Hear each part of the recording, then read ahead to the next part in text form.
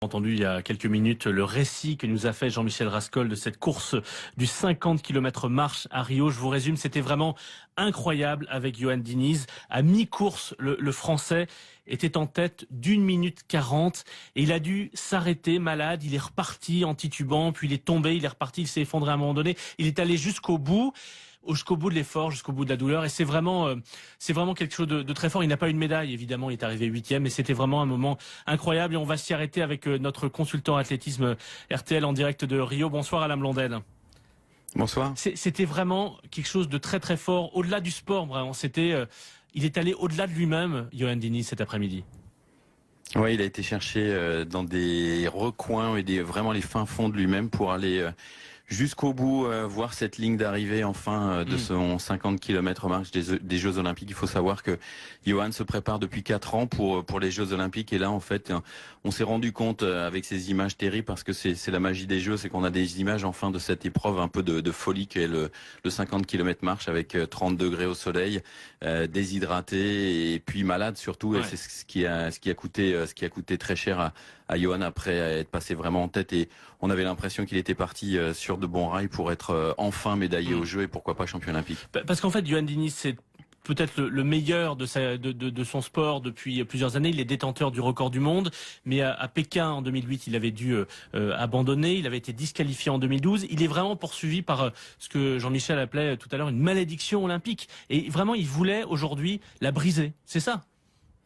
Oui, c'est exactement ça. C'est qu'en fait, il savait très bien à 38 ans que cette année était sa dernière chance. Rio était pour lui la dernière occasion de briser cette malédiction et de valider enfin le fait qu'il est peut-être le meilleur marcheur sur 50 km au monde. Il a passé une étape après avoir battu son record du monde en 2014 lors des championnats d'Europe de Zurich. Et ça, c'est pas neutre parce qu'en fait, il l'a battu devant tous les juges officiels qui ont validé la technique de sa marche. Parce qu'il faut savoir qu'à la marche, vous pouvez être déclassé, il y a des règles techniques à respecter.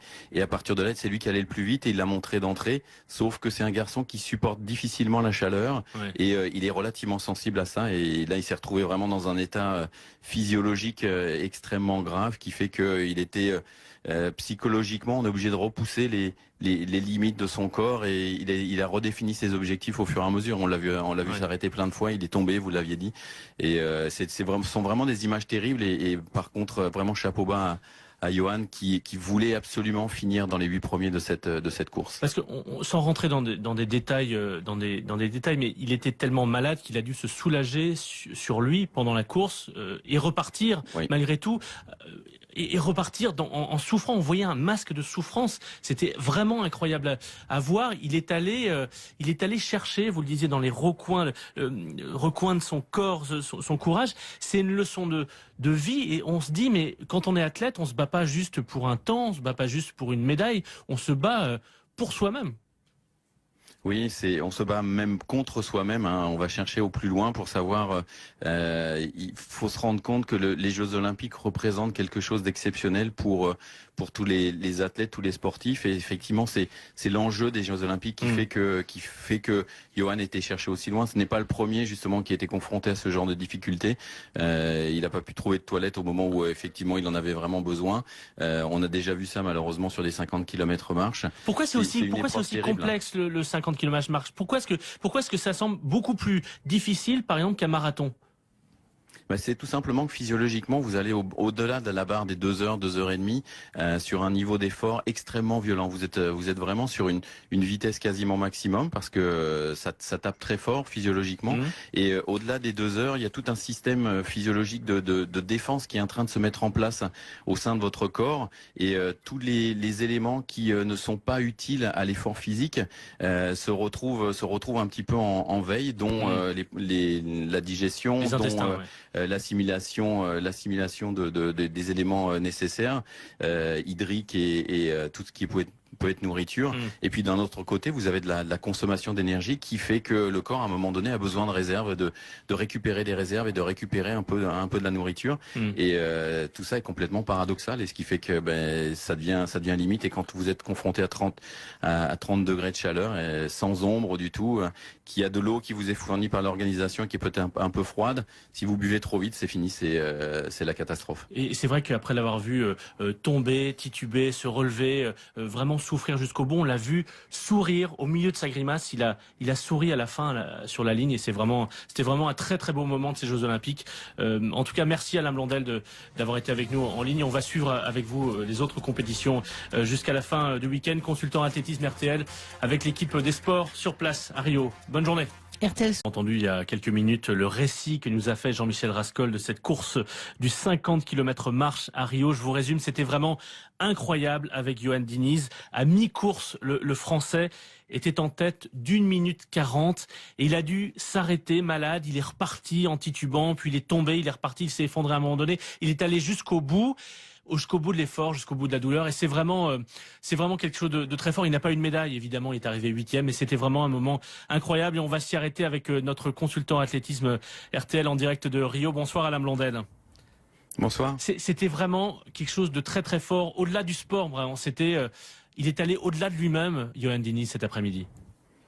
Oui, il a été cherché dans des recoins et vraiment les fins fonds de lui-même pour aller jusqu'au bout, voir cette ligne d'arrivée enfin de son 50 km maintenant que cette année était sa dernière chance. Rio était pour lui la dernière occasion de briser cette malédiction et de valider enfin le fait qu'il est peut-être le meilleur marcheur sur 50 km au monde. Il a passé une étape après avoir battu son record du monde en 2014 lors des championnats d'Europe de Zurich, et ça c'est pas neutre parce qu'en fait il l'a battu devant tous les juges officiels qui ont validé la technique de sa marche, parce qu'il faut savoir qu'à la marche, vous pouvez être déclassé, il y a des règles techniques à respecter, et à partir de là, c'est lui qui allait le plus vite, et il l'a montré d'entrée, sauf que c'est un garçon qui supporte difficilement la chaleur, et il est relativement sensible à ça, et là, il s'est retrouvé vraiment dans un état physiologique extrêmement grave, qui fait qu'il était psychologiquement, on est obligé de repousser les limites de son corps, et il a redéfini ses objectifs au fur et à mesure. On l'a vu s'arrêter plein de fois, il est tombé, vous l'aviez dit, et ce sont vraiment des images terribles, et par contre vraiment chapeau bas à Yoann qui voulait absolument finir dans les 8 premiers de cette course. Parce que sans rentrer dans des détails, mais il était tellement malade qu'il a dû se soulager sur lui pendant la course et repartir malgré tout. Et repartir en souffrant. On voyait un masque de souffrance. C'était vraiment incroyable à voir. Il est allé chercher, vous le disiez, dans les recoins de son corps, son courage. C'est une leçon de vie, et on se dit, mais quand on est athlète, on se bat pas juste pour un temps, on se bat pas juste pour une médaille, on se bat pour soi-même. Oui, on se bat même contre soi-même, hein. On va chercher au plus loin pour savoir.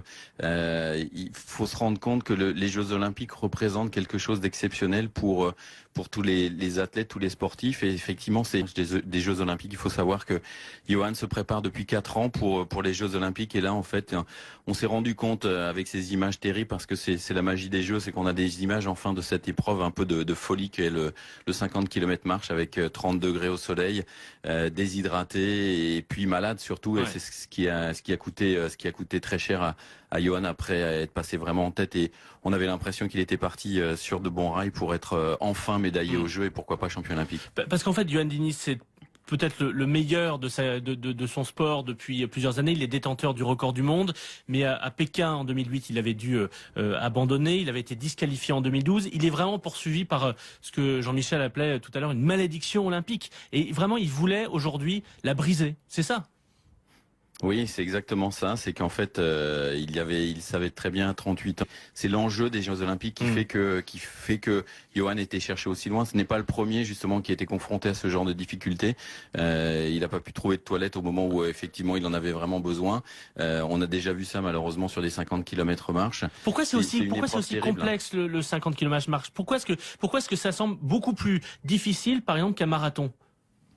C'est tout simplement que physiologiquement, vous allez au-delà de la barre des 2 heures, 2 heures et demie, sur un niveau d'effort extrêmement violent. Vous êtes vraiment sur une vitesse quasiment maximum parce que ça tape très fort physiologiquement. Et au-delà des 2 heures, il y a tout un système physiologique de défense qui est en train de se mettre en place au sein de votre corps. Et tous les éléments qui ne sont pas utiles à l'effort physique se retrouvent un petit peu en veille, dont la